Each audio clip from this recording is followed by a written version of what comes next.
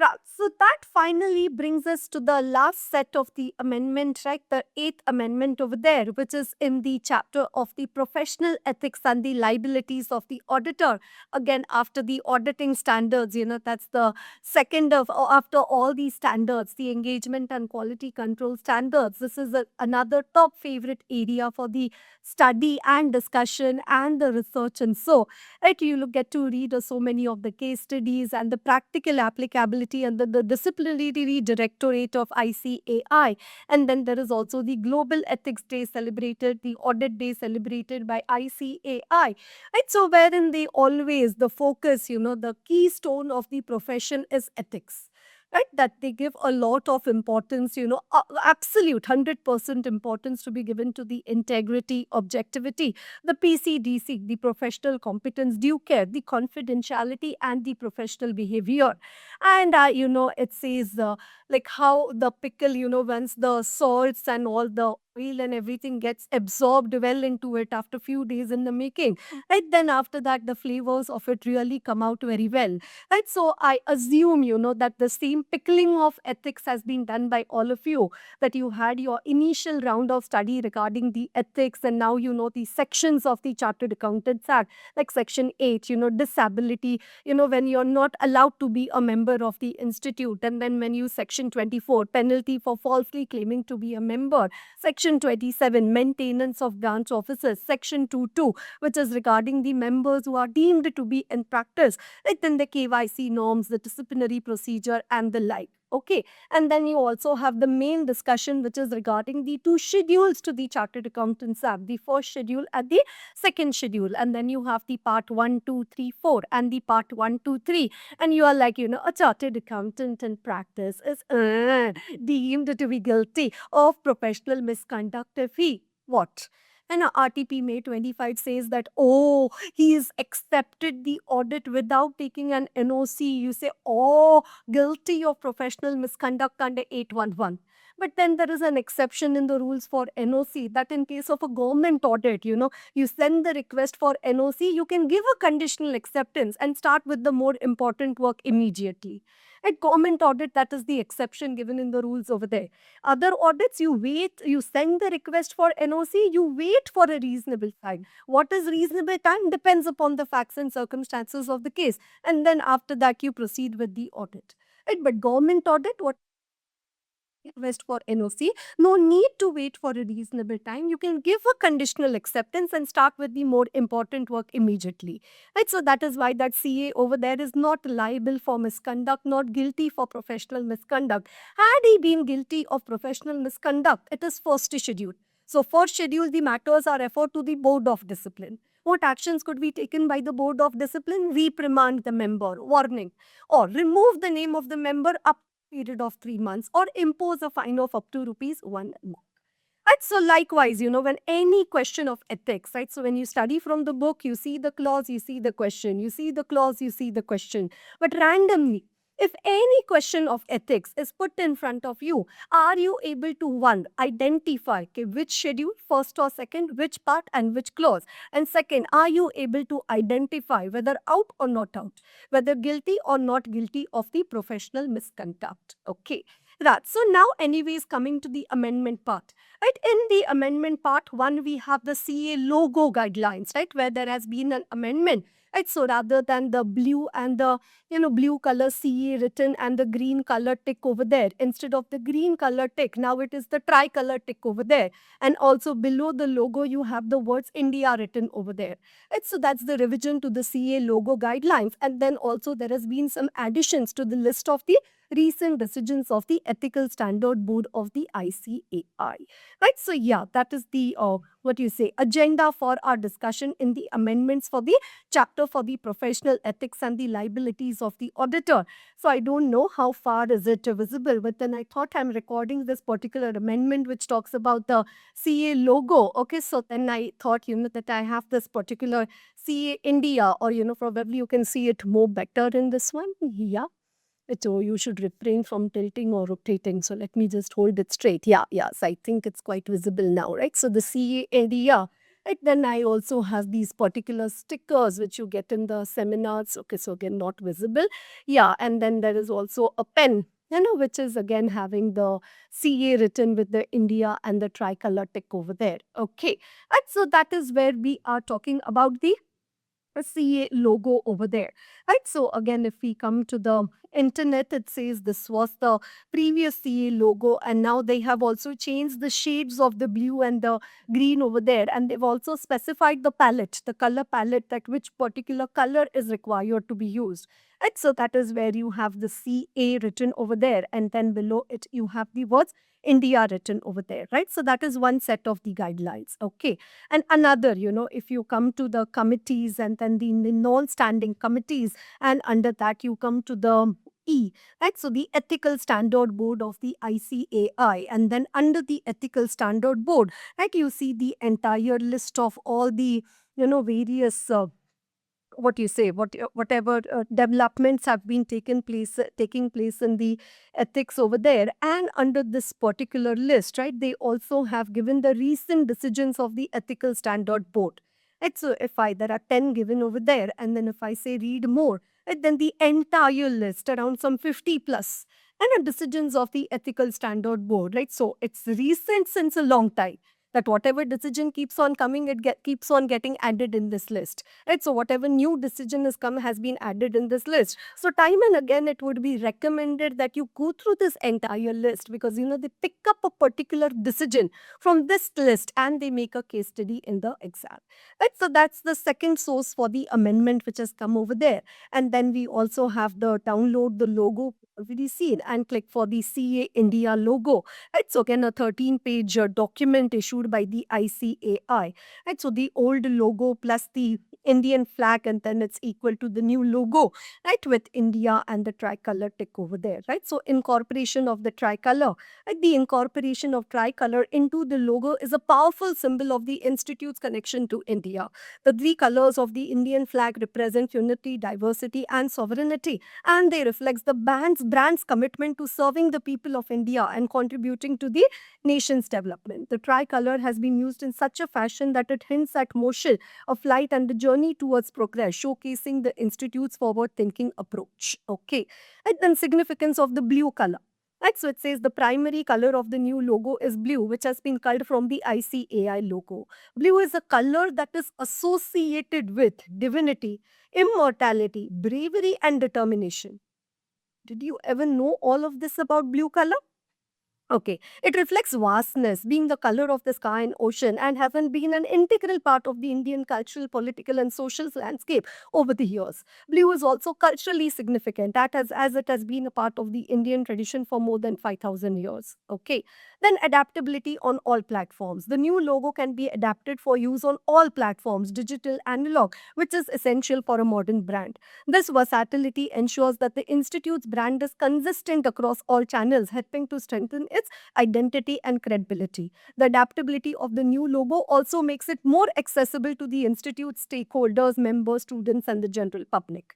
In a nutshell, the new logo of CA India reflects the brand's connection to India while retaining its existing identity. The incorporation of the tricolor, the significance of the blue color, and the adaptability on all the platforms are also essential elements of the new logo. The design is intended to be aesthetically pleasing and culturally significant, making it a strong representation of the Institute's value and commitment to serving the people of India. And then they've also given specifically the color palette. And then in saffron, which shade of saffron, and then blue, and then after that the green color, right? So that's the CA India, and then again the guidelines. The logo consists of the letter CA in the blue color with a tricolor tick mark upside down with a white background. The blue color not only stands out on the background but also denotes, oh my god, for further more discussion of the blue color, creativity, innovativeness, knowledge, integrity, trust, truth, stability, and depth.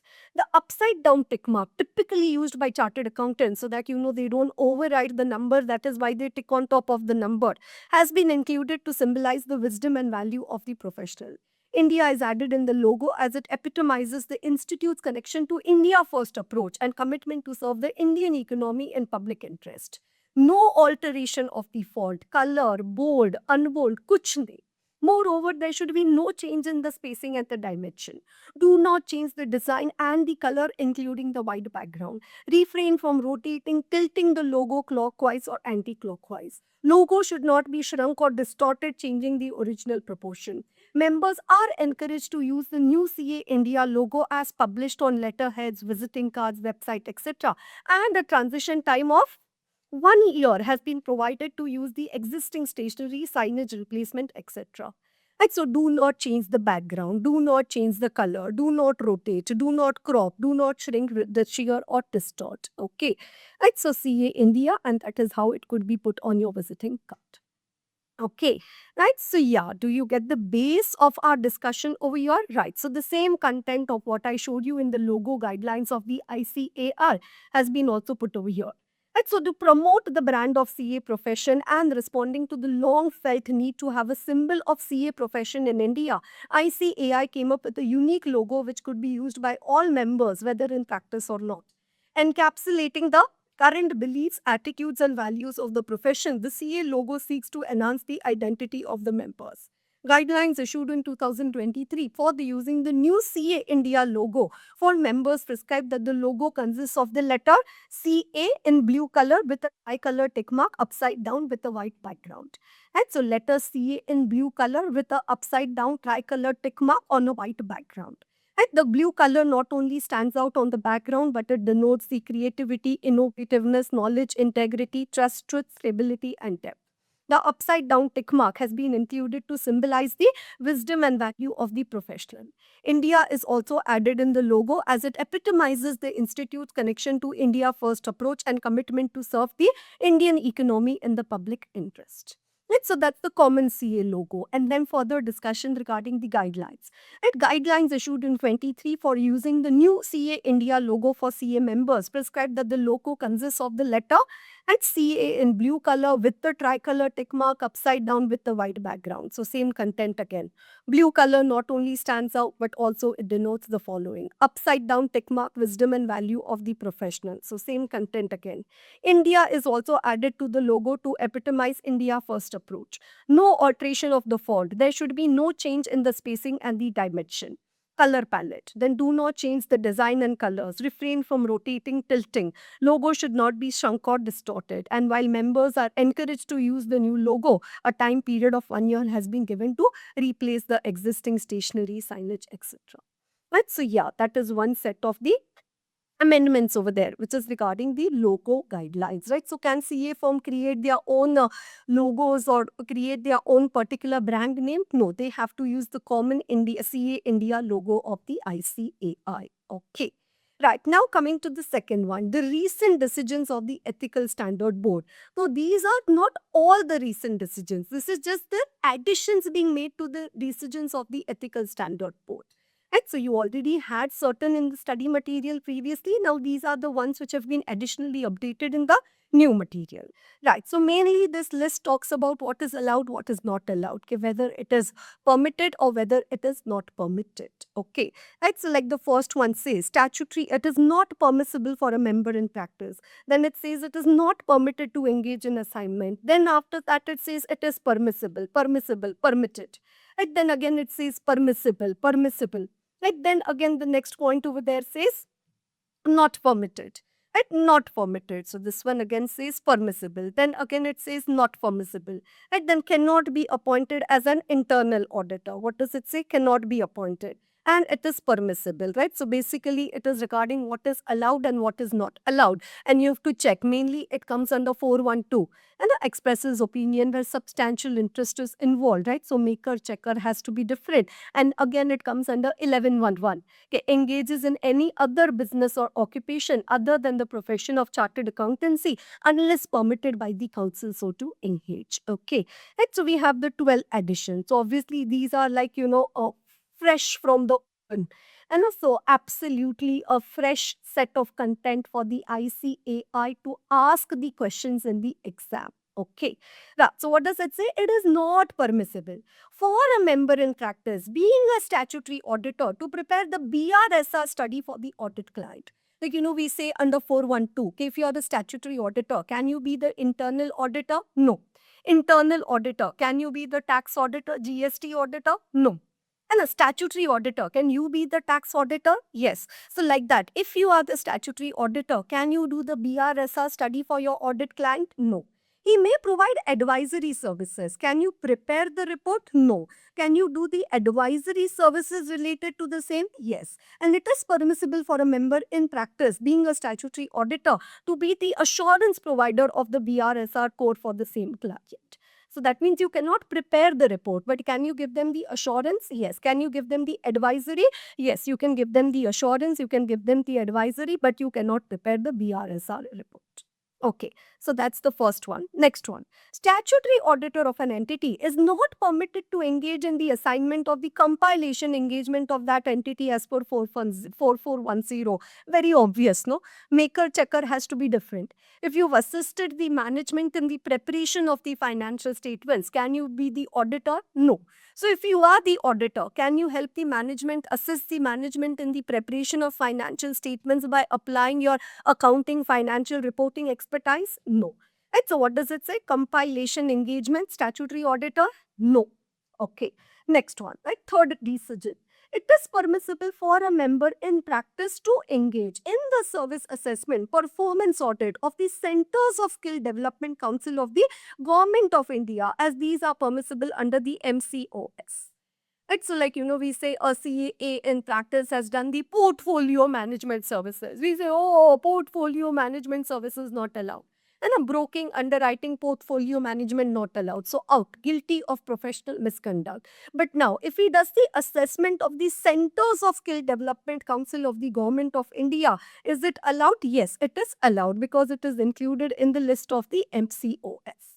And so service assessment performance audit of the Centers of Skill Development allowed. It is included in the list of the MCOS. Then a CA in practice, is he allowed to accept the assignment of a mystery audit? Yes. And a mystery audit wherein you don't, the client is not aware that you are an auditor who's come for the checking. You go like a normal visitor or a shopper or a customer and you do the audit. Right? So can CA in practice to conduct the mystery audit? Yes, that is allowed. Then CA in practice, it is permitted for a member in practice to mention position as promoter director on the portal of the company. However, the member cannot mention his professional attainments and the name of the firm with which he is associated. This would be there would be no violation of Section 7 of the first schedule to the Act in doing so. Right, so I am a practicing chartered accountant. I'm also a director in Infosys. Can the company mention on their portal that CAA is a director in the company? Yes. What does it say? What is allowed? Promoter director on the portal of the company allowed. However, can the member, yes, member cannot mention. Can they mention their professional attainments? No. Blowing your trumpet, not allowed. And what is 711? Advertises his professional attainments or services or uses designation or expression other than that of CA. Right, so can it be mentioned on the portal of the company website that you are the promoter director of the company? Yes. But can your professional attainments be mentioned? No. Okay. Next one. It is permissible for a member in practice to become a professional director in the board of the management of a cooperative bank.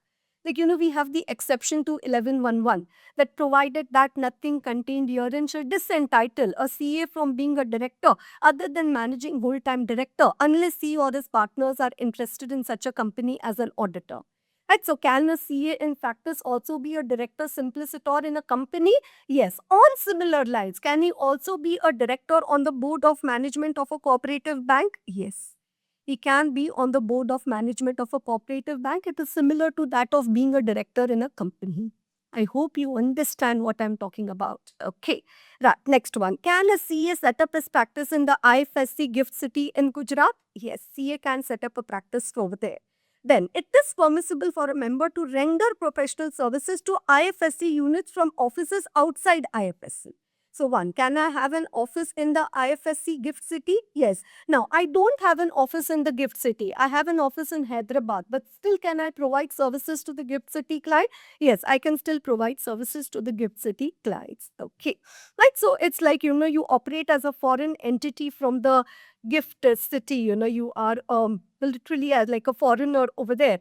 That's so it says the Gujarat International Finance Tech City is a financial service hub in the, right, what you say, in India. Right, so that's a very upcoming area, right? A very upcoming innovative concept of the government of India, and lot of entities are providing, right? So within India, you operate as a foreign entity, right? That's basically the essence of this gift city over there, right? So CA, can you set up your practice in the gift city? Yes. CA, can you render services to gift city clients from the other areas? Yes, even that is allowed. Then a firm is not permitted to publish its vision or mission statement. Oh my God, vision, mission, or glowing trumpet. No, not allowed. And on letterhead, visiting card, stationery, the vision mission statement may be printed on the firm profile, right? So the write up of the firm 711 and may be provided in response to a specific request. But you're putting your vision on the letterhead, signboard, visiting card of the firm, stationery of the firm, not allowed. But can it be printed on the firm profile and provided in response to a specific request? Yes. Right. So does that mean I cannot have any vision in my life? I cannot have any mission in my life? You can have, but only don't put it on your letterhead and signboard and visiting card and all of that. Then what you do, you can put it on your firm profile and provide it to your client only on the specific request of the client. Okay. Right. Then it is not permissible. Nahi chalega for a member being the statutory auditor of a bank to accept the assignment of the ASM of a customer of the same bank simultaneously. He can accept either of the assignments at one time. Right? So if you look into the assignment of ASM of a customer, right? ASM of customer of bank. Right? So something in related to the right the agencies for special monitoring. Right? So if you are the auditor of the bank for that period, can you do the agency for special monitoring for the customers of the bank? It says no. He can either accept one of the assignment at a time. So that's again 412. Like if you're statutory auditor, you cannot be internal auditor. So if you're the auditor of the bank, you cannot be the ASM for the customers of the bank. Okay. Right. Then a member in practice cannot be appointed as an internal auditor and a procurement officer simultaneously in an organization. फिर तो पूरा procurement में fraud का possibility. So internal auditor, can he be the tax auditor? No. Internal auditor, can he be procurement officer? No. He cannot do the simultaneously. So if you're the chia, chief internal auditor, can you be the CPO, the chief procurement officer? No, you cannot be. It is permissible for a member in practice to charge fees on percentage of utilization of amount of an educational institute for certifying the amount utilization spent by an educational institution out of the grant. फटाफट कौन से clause का है ये decision second schedule first schedule first और second okay first schedule okay in that which part 1 2 3 4 PM, PM, PM, OM. In practice, in service generally, or other misconduct generally. You say, ma'am, professional misconduct, CA in practice, part 1, first schedule. Okay. In that which clause? Clause? Ton, percentage. Okay, percentage, contingent basis. 1011. Right? What do we say? Charges or offers to charge, accepts or offers to accept in respect of his professional employment. Any fees which are based on percentage of profits or which are contingent upon the results of his finding or of such employment, except as permitted under the regulations under the Act. It's a receiver, liquidator, auditor of a cooperative society, valuer for direct taxes and duties, certain management consultancy services, certain fundraising services, debt recovery services, cost optimization service, any other service or audit acting as IP, insolvency professional, and NANA, and a non-assurance services to non-audit client. Don't listen to me as if you're listening to something for the first time. Jumping for amendments, but not studied the content, only focusing on amendments. Learn that list better. Lot of questions coming exam from 1011. In a percentage contingent basis. So now what does it say? Percentage of utilization of the amount. Is that allowed? Yes, that is allowed. Yes, that is allowed as per the recent decisions of the Ethical Standard Board. Okay. So you say, ma'am, ये था, हाँ ये था. it's always looks dangerous till the time you don't study it. But yeah, what is your, this is only the amendment part, but do you need to go through the entire list of the recent decisions of the Ethical Standard Board? Yes, certainly. You need to go through the entire list of the recent decisions of the Ethical Standard Board, right? So the entire list, right, of the recent decisions of the Ethical Standard Board over there. Even in the MCQ part of the paper also, there are questions coming. And if you have, managed to listen to me right from the amendment number 1 up to the amendment number 8, right, I would like to take this opportunity to tell you a few things. One, cumulative, cumulative revisions of the entire syllabus is required. Out of sight is very, very dangerous. And out of sight, out of mind. So that should not be the case. Please keep in touch with the subject. Second, don't underestimate or don't ignore the importance of the writing practice. बच्चा, तुमको ये करना ही पड़ेगा.